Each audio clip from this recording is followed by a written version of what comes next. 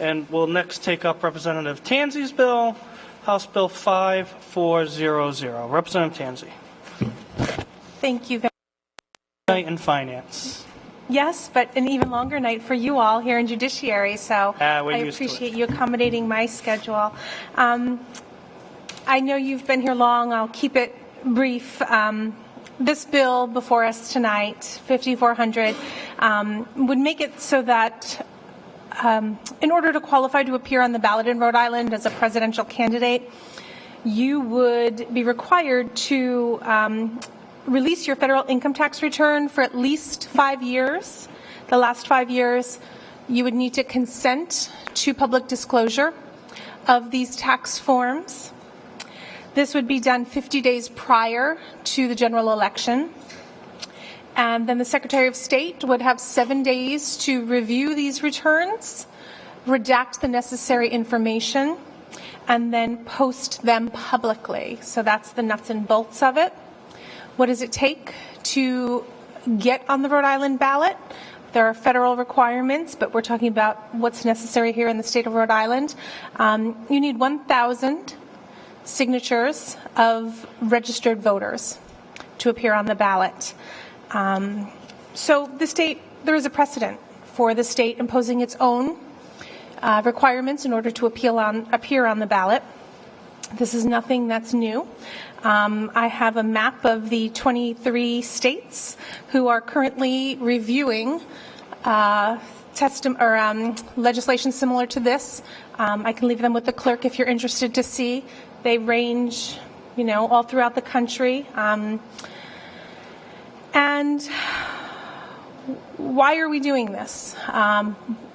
Transparency is a nonpartisan issue, and presidential candidates' income tax returns provide voters with essential information regarding the candidate's potential conflicts of interest, domestic and international business dealings, financial status, and charitable donations. Our current president has refused to release his income tax returns, and that departs with over 4 decades of established political tradition. And that's been respected by both Democrats, Republicans, and independents. And having done so, he has denied voters the opportunity to fully evaluate his fitness for the office of President of the United States. And this bill ensures that future presidential candidates would be barred from appearing on the Rhode Island ballot, and hopefully 23 other states, when they pass their bills, unless they release their tax returns. So I firmly believe that the American public deserves to know that the individual they're selecting to be president will have their best interests in mind, be free of conflict of interest, no matter if it's business related or with a foreign government. I see the problem before us is that there are pressing questions for voters to have answers to before an election, because unlike members of Congress and federal appointees, presidents are largely exempt from conflict of interest laws. And I believe voters deserve not only full disclosure of their future leaders' tax returns, they should also be entitled to them. This legislation will help make transparency available to them.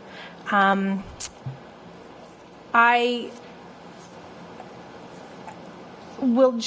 are 2 gentlemen who many of us are familiar with since this latest presidential election, Norm Eisen and Richard Painter. They were both ethics advisors to the most recent past president, so a Republican and a Democrat.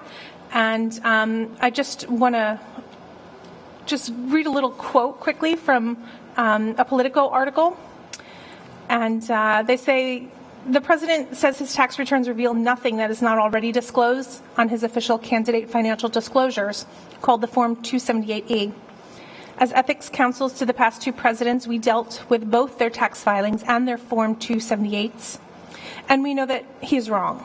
His tax filings have an enormous amount of additional information, which in this case could be critically important to determining whether his business overseas might affect his decision-making as president. That is because Trump's 12,000-page tax return may tell us a great deal about his Russian and other foreign business ties that is not on his 104-page campaign financial disclosure. It's now more vital than ever that we get that information in light of the Russian hacking, leaking, and interference in our election. And I know the hour is late, so I will leave it there, and I'm happy to take any questions. Thank you. Thank you, Representative Tansey. Any questions for the sponsor? Representative Roberts. I'm sorry. Has this been required of previous presidents? No, it has not been required of previous presidents, but for 40 years, for the last 4 decades, since Nixon's resignation, every candidate has found it in the best interest of the public to disclose this information.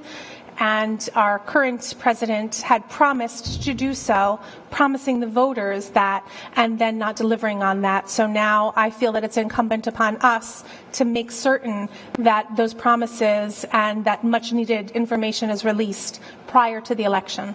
Okay, so with all due respect, did we have any bill drafted so that Hillary Clinton, the candidate, would have to reveal her emails? I mean, I guess what I'm saying is it seems like a double standard that it's required of our current president and nothing's required of our past candidate who at that time currently was not being forced to hand this over. Of course, there were law officials after her. That's another subject. But I guess my point is just that if we're going to require this for one candidate, we should do it for all. And I'm even thinking, including along the lines of state representatives and senators as well, because what's good for one is good for all that way. I beg to differ with you. I believe that the president, who is exempt from ethics laws specifically, has a higher threshold. And you're welcome to believe whatever you would like about emails. However, I think that this is a low bar to ask people to agree with ever since our last impeachment of a president, back with President Nixon. Every other presidential candidate has found it in his or her best interest and the public's best interest to release these. And I put this bill forward tonight so that all Rhode Islanders and in fact, if 23 other states pass this, all Americans will have the benefit of that information as well before they make that decision. Okay, I guess all I'm saying simply is that I guess I agree to disagree, because I think what's good for one candidate is good for all. Thank you. I guess you can put in a bill if you would like. Representative Vella Wilkinson. Thank you, Mr. Chairman. Rep. Tansey, thank you very much for submitting this very timely bill.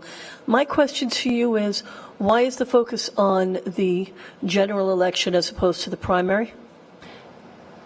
Because there are a much larger number of individuals, especially as we've seen in the Republican primary this year. So, I mean, we could certainly change the law to encompass all candidates, but I thought, especially beginning the process, we should start with the final candidates and as a fail-safe, make sure that they have at least provided us with the necessary information. And then if that goes well, and that's easy enough for our Secretary of State to deal with. I mean, you know, we talked about Norm Eisen saying that it was a 12,000-page document.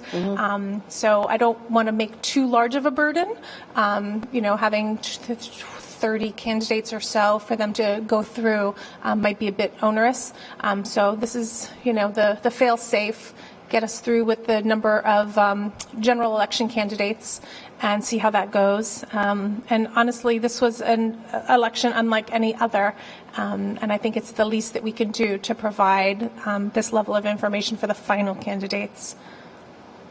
So please forgive my ignorance at this. The candidates that are expecting to put their names on the ballot for the primary do not have to be certified for that ballot, is that correct? I'm sorry, for which ballot? For the primary. For the primary. Well, I guess additionally, each of our 50 states has different processes by which we choose our candidates for the party primaries through the primary process. So I am not advocating at this point that we go and go on a 50-state level and change each state's process. So I guess I'm not 100% sure what the question is. So then the reason that we're focusing on the general election is because that's what the standard has been with regards to the other states that are making this challenge? And it's for uniformity? Am I getting uniformity? Yes. So Okay. all 50 states have the same procedure essentially for appearing on the ballot. And of course, the same date for the general election as opposed to primary. I answered my own question. Yes. Thank you. Thank you, Rep. Tansey. Absolutely. Sure. Representative Flippy? Thank you, Mr. Chairman. How you doing, Representative Tansey? Good evening. It's good to see you in this late hour. I wasn't really interested in this topic, but then I pulled up the United States Constitution, Article 2, Section 1, Clause 5, and that lays forward the requirements for someone to be President of the United States, being a natural-born citizen of 35 years of age and residing in the United States for 14 years. And I just have concerns that we're going to be establishing requirements beyond those, especially now that we don't require documentation proving that Section 4 requirement. I'm just concerned that we're now asking for something beyond that to appear on the ballot. Do you have any analysis? I'm sure you've done a lot of research on this, saying that it's okay for the state to require something in excess of what's required in the United States Constitution? I have an email here from Lawrence Tribe, who's a Harvard law professor, very well known, very well versed on these issues. And while I'm not the expert, I'll rely on his expert opinion. And he said that, quote, tax disclosure requirements are less like added qualifications superimposed on those of age, residency, and birth status inscribed in Article 2, and more like ballot access requirements in which states are exercising their broad powers to make ballots for any office. So I am sure that there are many opinions on how the U.S. Constitution allows for this or disallows for this, but, I will open that up and allow people to engage in that discussion. The committee the chairman has tremendous respect for Professor Tribe, so I'd like a copy of that for the committee, please, Representative. Absolutely. Representative Knight. I would just like to point out that in our constitutional scheme, right, we don't elect a president. We elect electors to go to the college, and we can put on any sort of requirements we want onto the electors because it's our voting system. It's not the federal government's, as I'm sure you would agree that Amendment 10 lets us do. So I don't see a huge problem here in terms of a conflict between the Constitution and our state systems, because as Professor Tribe, who's a lot smarter than I am, says it's a ballot access question. And he does go on to talk about that in the email as well, about exactly that process. All right. We've now touched on Amendment 10 in Judiciary, so that's a good night for Judiciary. Anytime you get the 10th Amendment. Any other questions for the sponsor before we get to some witnesses?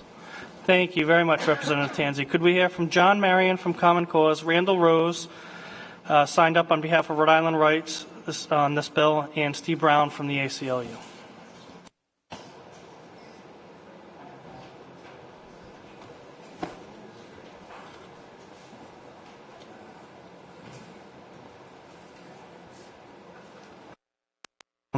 Why don't we start with Steve Brown, the ACLU, who I think is opposed to the bill. Yes. Thank you very much, Mr. Chairman, members of the committee. On behalf of the ACLU, I am here to express our opposition to this legislation. I will not go into the constitutional issues, and I also respect Professor Tribe, but we do think there are serious constitutional problems with this. I want to address the policy issues regarding this bill. First, we've had this whole night, we've really been talking about, all night we've been talking about really trying to make it easier to vote, respect the franchise. But there's a corollary to that, and that is who you get to vote for. And it's just as important to allow the maximum number of people to be able to run for office so that those people we believe have a right to vote have the right to vote for them. So I think that's the lens that any effort to restrict who can run for office ought to be looked at. It has an effect on the voters, not just the candidate. And that's certainly true in this particular context. The president's refusal to release his tax returns was a major campaign issue. Millions of people decided, however misguidedly you may think, that it didn't matter, and they voted for him, and that's what happened. And I think the fact that people don't care about that is not a reason for this legislature to decide, well, let's keep people like that off the ballot. I also think it sets a very troubling precedent, and it's sort of been alluded to. Yes, there are important reasons you can give for having a candidate release their tax returns. I think there are just as important, if not more important, reasons for requiring presidential candidates to release their medical records. What is their physical and mental stamina for this job? I think that is just as important. One question I've raised lately with people who I've talked to about this is, what do we think about a requirement in 2008, if somebody had proposed legislation requiring every presidential and vice presidential candidate to submit a notarized copy of their birth certificate? Why would that not be appropriate? It certainly is. I would argue it's more appropriate. It's a constitutional requirement, unlike the disclosure of a tax return. We certainly understand why people want to know this information, but we think ultimately this is a debate on the campaign trail for other candidates to criticize somebody who's refusing to release this information, but we don't believe that it should be something that disqualifies a person from running in the first place. Thank you. Thank you. Mr. Knight. Steve, does the ACLU have a position on the already established requirements for federal candidates for president to run for office, particularly the financial disclosure form that the feds put on a candidate, that requirement that the federal government puts on the candidate? I'm not sure whether they have a position, whether the ACLU has a position on that. That's a federal issue. This is the state dictating the federal determination. Does the ACLU have a position on, in state elections, how candidates for state office have to do an ethics disclosure form and a financial disclosure form? No. Is there do you see any sort of substantial policy difference between having someone reveal their tax forms, albeit redacted for privacy purposes, and other disclosures that you have to make to get on the ballot, and I'm using as an example our ethics disclosure form in our state? Well, I think the ethics disclosure form is much less detailed than a tax form, and I don't know the answer to this. I don't know whether failing to fill out the form prevents you from running for office. I don't think the Board of Elections has the power to disqualify you if you don't fill out a form. Still, but you would agree with me that it's something that a person has to do. I mean, the state law requires it, right? So it's something that the person has to do prior to running as a candidate. And I agree. I don't know what the penalty is for not doing it, but I imagine that there's something buried in our books that says you are not going to make the ballot unless you do that ethics disclosure form, or it'll be an ethics violation. I think it's an ethics violation. Yes, and you can be found in violation of the Code of Ethics by the Ethics Commission, but it can't disqualify you from the ballot. Okay. State law also says you have to pay off your campaign finance fines.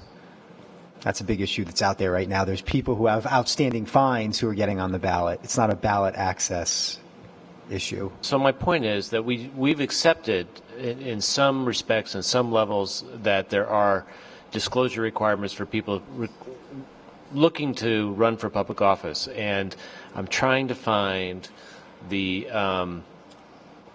the distinction that makes your tax returns sort of out of bounds when all that other stuff is in bounds? Well, again, I think first it's the specifics, and second it's the fact that it does not actually disqualify you from running. This bill says if you do not do this, you are not a candidate for office. And on the federal level, if you don't do your disclosure form, do you happen to know what happens Again, there? I'm not familiar. I don't with it. either. So, thank you. Yes, Representative McEntee. Thank you, Mr. Chairman. Steve, do you, once a person becomes president, like the current president, do you have a problem with demanding that they turn over their tax returns at that point? I'm not sure what you could do about it if they didn't. Well, that was my next point. I mean, it seems most logical that the sitting president should have to turn over the tax returns just to see what, if any, conflicts of interest there are, and how does he divest himself of his interest in all those companies. I mean, we just don't know. I understand. I'm sorry. And so the problem, as I see it, is if you wait till after the fact, as you say, as we all agree, it's too late. Well, I mean, the one response I'd make to that is, again, just talking about the slippery slope and the precedent based on what we know is going on now. I think you'd also be able to make a good argument that not only the presidential candidate, but a number of his family members, his or her family members, would be required to do that too if the concern is about conflicts of interest.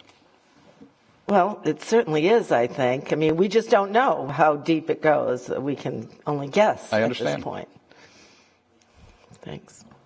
That's why I think it's a good reason for Rep. Tanzi's bill. So, because we're in this position, and all the presidents, as she said, since Nixon, when requested to turn over their candidates as well, requested to turn over their tax returns, did so.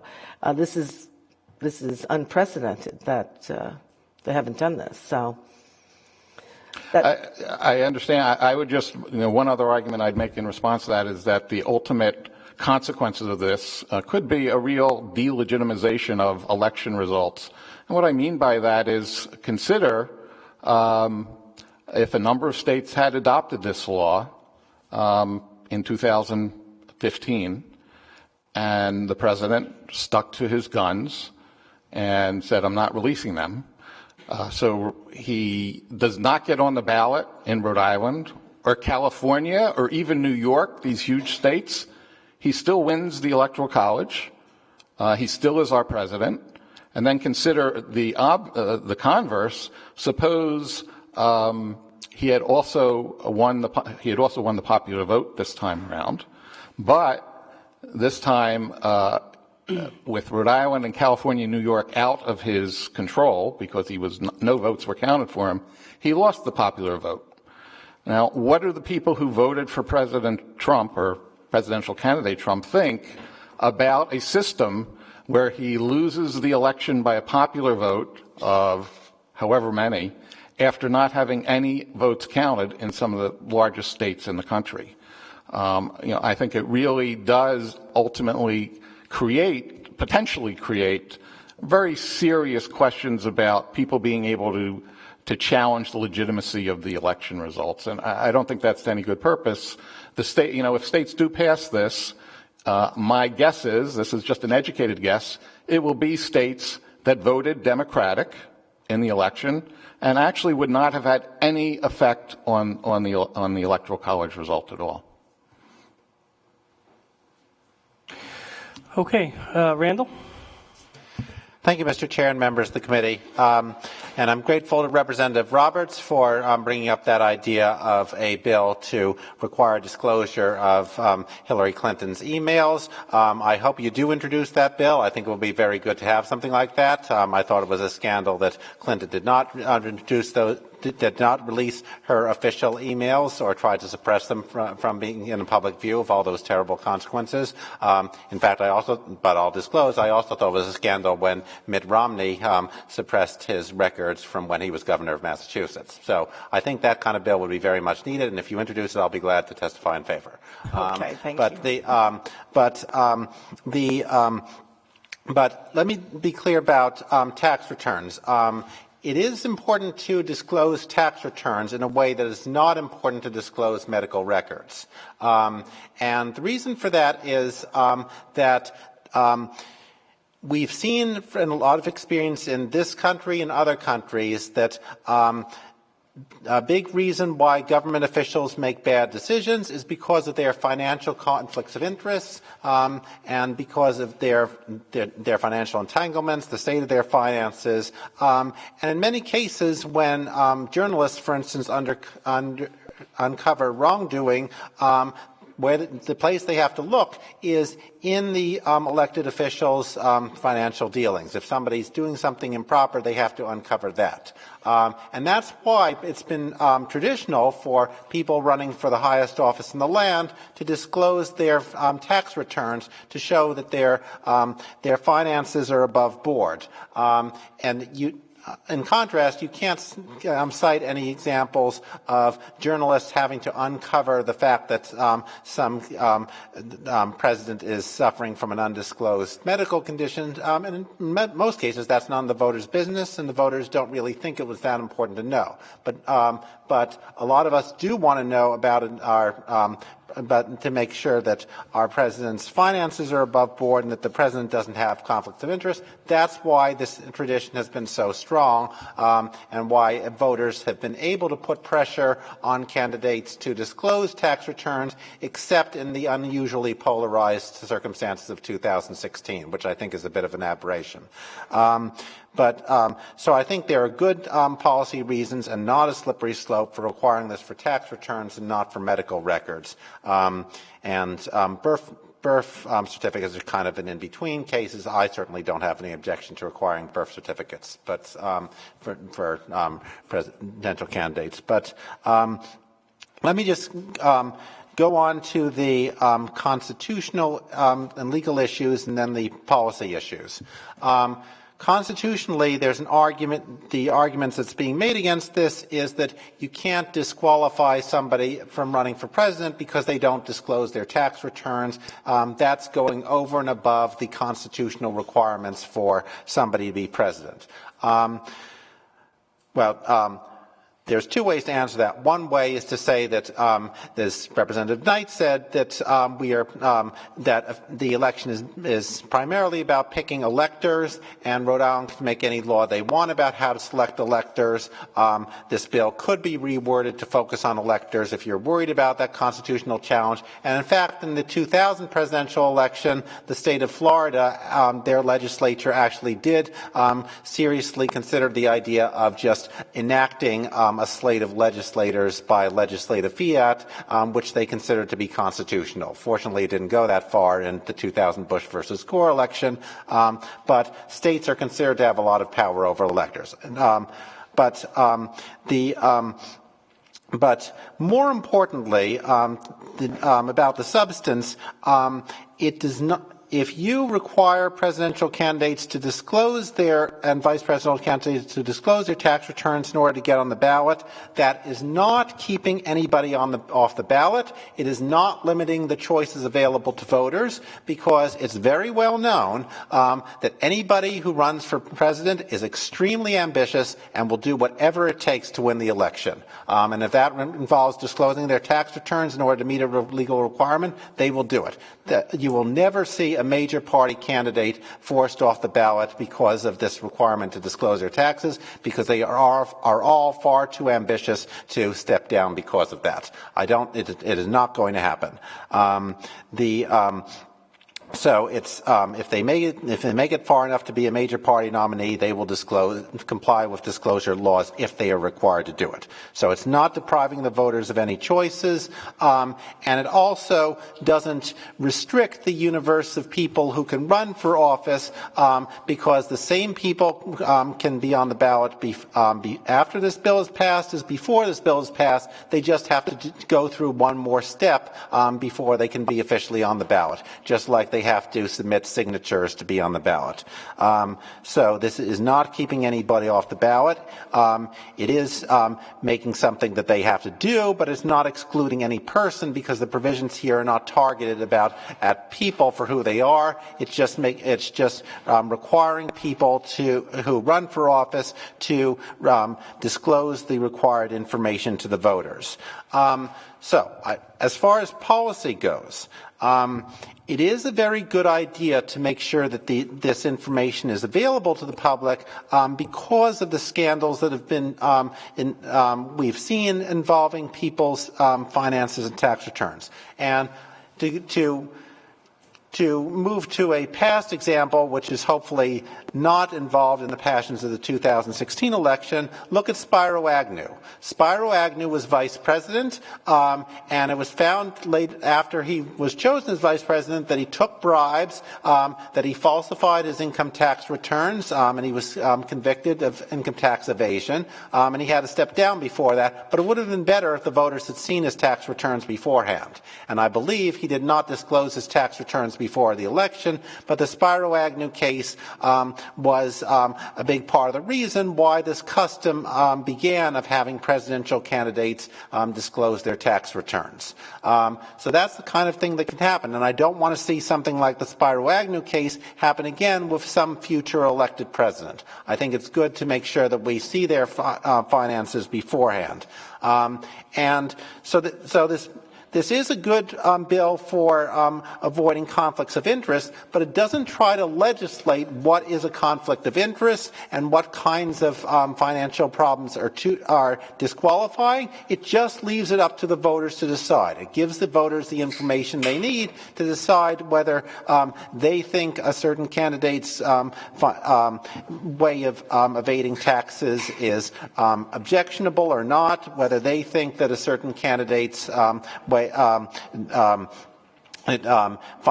financial entanglements are a problem or not. It leaves it up to the voters. That's fine. It's not a particularly, and this is something that over a generation of presidential candidates have been willing to do, and it hasn't caused problems for them in office. They've been able to execute the office of president, and in fact, I think they've executed it better for the fact that they had to be honest with voters, because the more information political candidates are able to keep from voters, the less power voters have in our system. So I think this is a very good bill, and I hope it passes. Thank you.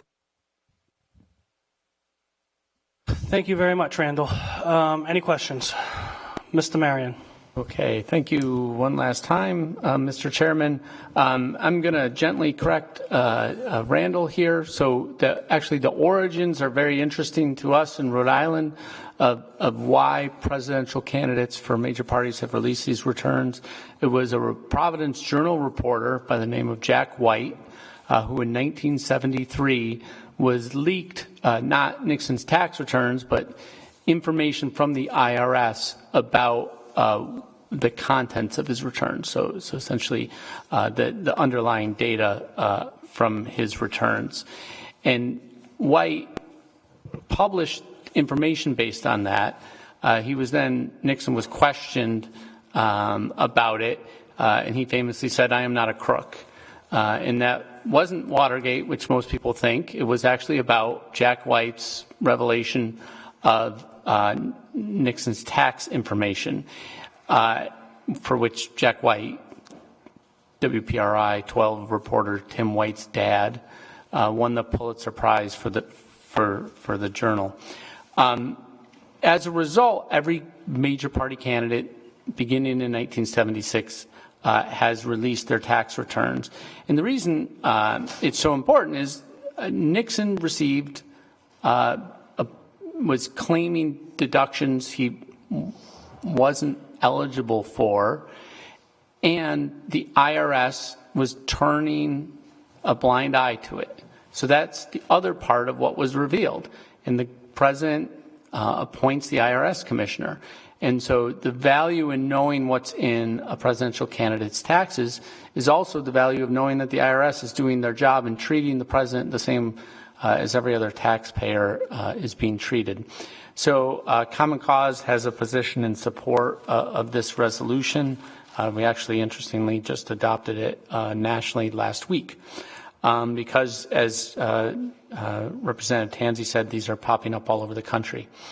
Our interest, and Steve is right, there's this compelling interest about ballot access, but it has to be weighed against potential conflicts of interest. And so coming from the position that we need to reduce conflicts of interest, we believe this information should be provided. And so the voters can make an honest assessment of potential conflicts prior to the election. And as Representative Tansey, I'm sorry, it's tired, correctly stated, the president as the top of the executive branch is not subject to the same conflict of interest laws as other executive branch employees. So ultimately, it's up to the voters to decide what a conflict is and what a conflict isn't. And they can't do that absent this information. So that is why we support it. Thank you. Any questions for Mr. Marion? Thank you. Is there anyone else in the room that would like to testify on this bill? Lots of your witnesses were here earlier, Representative Tansey, but didn't make the long hour of the night. Joshua Parker signed up in support. Susan Allen from Huddle for Hope signed up in support. Susan Council from Huddle for Hope signed up in support. Lynn Aiken from East Providence was in support, as was Catherine Saunders. Tom Beresford, Rebecca Neves McGoldrick, and Sam Rubenstein, as well as Jared Moffett. We have lots of written testimony. Chris Montanero from Cranston was in support. Deborah Lennon from Newport. Sandra Rosen from Kingston. Alan Clausen from Chepachet. Susan Council from Providence. Rachel and Leo Jaraz from, I'm not sure. Andy Ackley from Warwick. Kate Blacklock from Providence. Robert Bousselet from East Greenwich. Susan Williamson from Bristol. Jesse Kingston from Providence. Kevin and Lori Grover from Cranston. Shauna Rahani from Cranston. Chris Hubbard. Ellen Fontaine from Chepachet. Janine Silversmith from Wakefield. Judy Ortman from Riverside. Liz Downing. Teresa Schimmel. Carolyn Jacobs from Bristol. Robert Jacobs from Bristol. Randall Rose submitted written testimony in support, and the ACLU submitted written testimony in opposition. So with that, we will conclude testimony on House Bill 5400 by Representative Tansey.